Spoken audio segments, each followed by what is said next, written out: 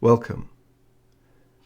Welcome to 5 Minutes with Robert Adams, where I share my findings from the Bible about the end time, and especially that which concerns the return of Jesus. This is episode 7. Where precisely will the Antichrist arise? The answer to this question is found in the book of Daniel. Here we are told that the prophet Daniel had a vision about a goat. He wrote, "The goat became very great, but at the height of his power his large horn was broken off, and in its place 4 prominent horns grew up toward the 4 winds of heaven.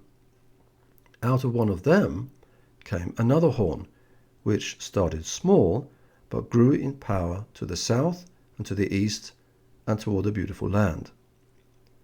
The beautiful land is Israel. An angel gave Daniel a descriptive explanation of the little horn. He said, "When rebels have become completely wicked, a stern-faced king, a master of intrigue, will arise. He will become very strong, but not by his own power. He will cause astounding devastation and will succeed in whatever he does. He will destroy the mighty men and the holy people. He will cause deceit to prosper, and he will consider himself superior. When they feel secure, he will destroy many." The angel said that the power that makes this king very strong does not originate from himself. The Apostle Paul says the same concerning the Antichrist. He wrote, "The coming of the lawless one is according to the working of Satan, with all power, signs, and lying wonders." Thus we have reason to believe that the king that is portrayed as the little horn in the vision represents the Antichrist. An angel explained to Daniel that the large horn on the goat that was broken off in the vision represents the king who founded the Grecian Empire in the 4th century BC. He was Alexander the Great.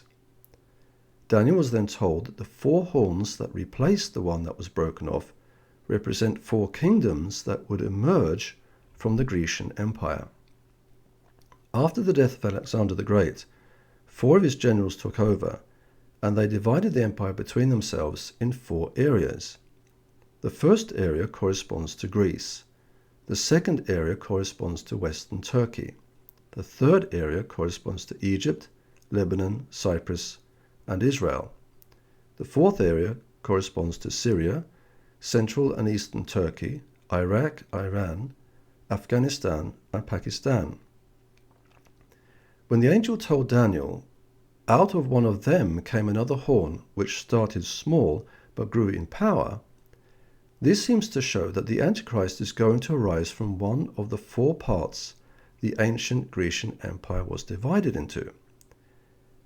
In his final vision, Daniel was again told about the 4 parts, and then a large section is devoted to 2 of the 4 parts, right up to the time of the end. The 2 parts are called the South, which is stated to be Egypt. The other part is called the North, pointing to Syria with adjacent areas. Toward the end of the vision, Daniel is shown that the king of the North is going to perpetrate the abomination that causes desolation, an act that is associated with the Antichrist.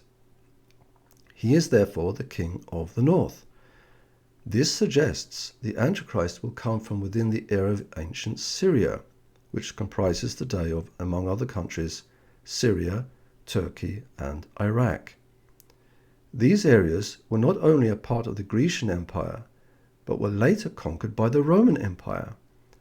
And as we have ascertained in the last episode, the Antichrist will emerge from an area once dominated by the Romans. The Antichrist will probably function for some time as a regional politician or leader in the Middle East before he begins to draw attention to himself globally. What you've just heard is based on an excerpt of a book I've written called The Approaching Apocalypse.